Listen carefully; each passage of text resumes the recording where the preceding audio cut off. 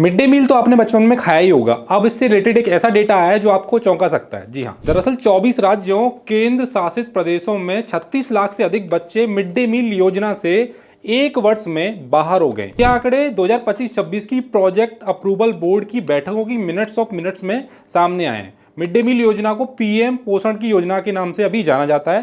शिक्षा मंत्रालय के स्कूल शिक्षा और साक्षरता विभाग ने उत्तर प्रदेश, पश्चिम बंगाल, बिहार, गुजरात सहित 19 राज्यों और केंद्र शासित प्रदेशों से इस गिरावट की जांच कर 30 जून 2025 तक रिपोर्ट देने को कहा है। चलिए पहले जानते हैं क्या है मिड डे मील योजना।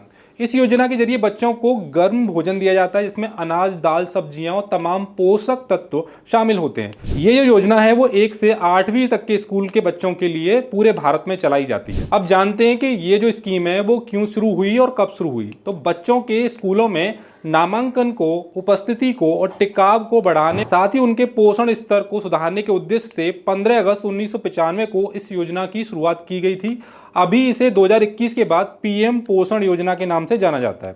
इस योजना के जरिए क्लास 1 से लेकर के 8वीं तक के करीब 11 लाख स्कूलों के करीब 11 करोड़ 80 लाख चिल्ड्रंस को कवर किया जाता है। 2020-21 से 2025-26 तक भारत सरकार और राज्य सरकारों ने करीब 1,30,794 करोड़ इस स्कीम पर खर्च कर दिए हैं। चलिए अब इस योजना को समझते हैं और देखते हैं कि किस स्टेट में सबसे ज्यादा गिरावट आई है। तो अगर सबसे पहले इसकी बात करें, इस योजना को क्यों लाया गया था, तो इंक्रीज इनरोलमेंट यानी स्कूल में बच्चों की तादाद बढ़े, इसलिए इस योजना को लाया गया था। इंप्रूव अटेंडेंस, बच्चे ज्यादा से ज्यादा स्कूल में आए, ये भी इसका उद्देश्य था। इनहेंस रिटेंशन यानी बच्चों को स्कूल में रहने के लिए ज़्यादा से ज़्यादा प्रोत्साहित किया जाए, प्रेरित किया जाए, इसलिए इस योजना को लाया गया था। और उन बच्चों के अंदर जो न्यूट्रिशन की कमी होती है उसको ही बूस्ट करना इस योजना का कहीं ना कहीं उद्देश्य था। चलिए बात करते हैं नीचे, अब डेटा को एनालाइज करते हैं कि क्या क्या इसमें डेटा दिया हुआ है। चलिए बात करते हैं इस योजना की कि कितना food grains, pulse, vegetables, oil, fat वगैरह बच्चों को दिया जाता है। तो फूड ग्रेन्स की बात करें तो 100 ग्राम जो फूड ग्रेन्स हैं, 100 ग्राम जो है वो करीब करीब चाइल्ड जो प्राइमरी स्कूल के जो बच्चे हैं उनको दिया जाता है। अपर प्राइमरी बच्चों को 150 ग्राम जो फूड ग्रेन्स हैं यानी अनाज है वो दिया जाता है। पल्स यानी दालें कितनी दी जाती हैं, 20 ग्राम दाल का यहाँ पे प्रावधान है जो प्राइमरी क्लास के बच्चे हैं। अपर प्राइमरी क्लास के बच्चों को 30 ग्राम जो दाल दी जाती है। वेजिटेबल्स का जो प्रावधान है 50 ग्राम है, 75 ग्राम अपर प्राइमरी के लिए। पर डे की मैं बात कर रहा हूँ। ऑयल फैट वगैरह जो ऑयल यूज होता है सब्जियों में वो 5 ग्राम है प्राइमरी के लिए। 7.5 ग्राम यहाँ पे जो है वो अपर प्राइमरी के बच्चों को ऑयल और फैट वगैरह दिया जाता है। साल्ट वगैरह का भी यहाँ पे उल्लेख है, पर एज पर नीट ये चीज जो तय होती है। अब देखते हैं स्टेट बाय स्टेट देखेंगे कि किस स्टेट में कितना डिक्लाइन हुआ है और बच्चों का इनरोलमेंट में कितना डिक्लाइन हुआ है। तो सबसे पहले उत्तर प्रदेश की बात करते हैं कि उत्तर प्रदेश पूरे भारत का सबसे ज़्यादा जनसंख्या वाला राज्य है। यहाँ पे देखें ड्रॉप इन इनरोलमेंट में कितना ड्रॉप हुआ है, तो यहाँ पे करीब करीब 21,83,000 बच्चे जो हैं वो उन्होंने ड्रॉप कर लिया, यानी वो बच्चे क्लासेस में नहीं जा रहे हैं, स्कूल में नहीं जा रहे हैं। अगर इस स्कीम की बात करूँ तो 5,41,000 जो बच्चे हैं वो इस स्कीम से बाहर हो चुके हैं। वेस्ट बंगाल की बात करूँ तो ये जो डेटा है वो 4,01,000 के अराउंड है। और यही स्कीम की बात करूँ, इस स्कीम से कितने बच्चे बाहर हुए हैं, तो 8 लाख करीब 4,000 बच्चे इस स्कीम से बाहर हो चुके हैं। यानी स्कूलों में जो ड्रॉप का जो रेट है वो 4 लाख है और इस स्कीम से जो बच्चे बाहर हुए हैं वो 8 लाख है। यानी टोटली कहें तो डबल जो बच्चे हैं वो इस स्कीम से बाहर हो चुके हैं।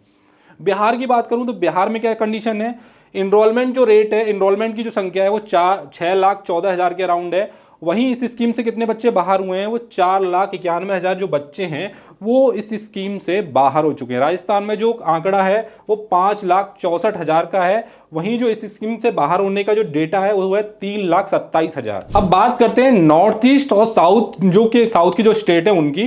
तो असम की हालत को देखें तो यहाँ पे इनरोलमेंट कितना ड्रॉप हुआ है, 1,68,000 जो बच्चे हैं वो स्कूल से बाहर हो चुके हैं, वो क्लासेस वगैरह नहीं जा रहे हैं। और इस स्कीम से कितने बच्चे बाहर हुए हैं, 4,78,000। यानी कहें कि 3-4 गुना जो बच्चे हैं वो इस स्कीम से बाहर हो चुके हैं। असम में हालत ज़्यादा खराब है। कर्नाटक का देखें तो कर्नाटक में जो इनरोलमेंट कम हुआ है वो है 2 लाख के अराउंड। वहीं इस स्कीम से कितने बच्चे बाहर हुए हैं, 3 लाख के अराउंड।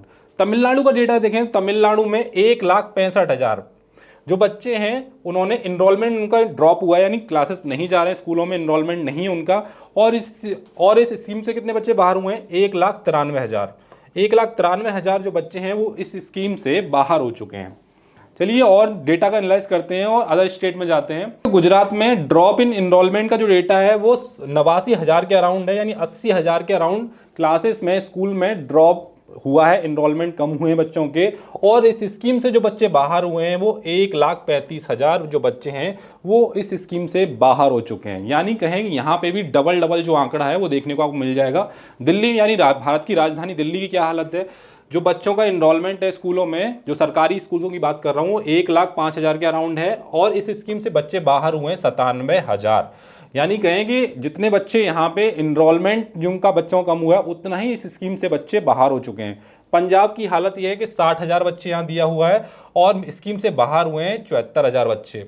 अरुणाचल प्रदेश का 9,000 डेटा यहाँ पे दिया हुआ है और इस स्कीम से बाहर जो बच्चे हुए हैं वो 18, यानी डबल बच्चे हैं संख्या में वो बाहर हो चुके हैं। गोवा की हालत है 914, काफ़ी कमी है, मगर इस स्कीम से जो बच्चे बाहर हुए हैं वो 1,018 बच्चे बाहर हो चुके हैं।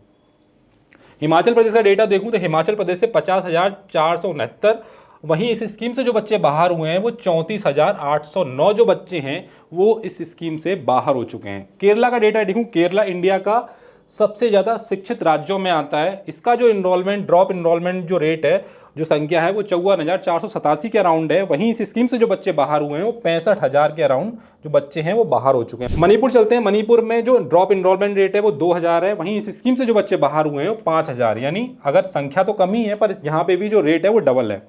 मिजोरम का देखें तो मिजोरम में जो बच्चे बाहर हुए हैं वो 9,000 जो बच्चे हैं वो स्कूल में नहीं जा रहे हैं, यानी ड्रॉप हुआ है स्कूलों में इनका। वहीं इस स्कीम से देखें तो करीब 9,500 जो बच्चे हैं, 9,500 बच्चे वो इस स्कीम से बाहर हो चुके हैं। चलिए नीचे चलते हैं और अदर स्टेट का डेटा देखते हैं। यहाँ पे हमारे पास आता है नागालैंड। नागालैंड में क्या हालत है, नागालैंड में देखें तो ड्रॉप इन इनरोलमेंट कितना है, 8,000 यहाँ पे ड्रॉप इन इनरोलमेंट है और इस स्कीम से जो बच्चे बाहर हुए हैं वो 8,500 बच्चे इस स्कीम से बाहर हो चुके हैं। सिक्किम में 3,971, वहीं इस स्कीम से बाहर होने वाली जो संख्या है वो 3,354 है। त्रिपुरा की बात करूं, त्रिपुरा में 14,000 जो बच्चे हैं उनका ड्रॉप इनरोलमेंट है, यानी वो अपने क्लासेस या कॉलेज में नहीं हुआ है उनका एडमिशन, उन्होंने ड्रॉप कर लिया है। वहीं इस स्कीम में देखें तो 18,000 जो बच्चे हैं वो इस स्कीम से बाहर हो चुके हैं।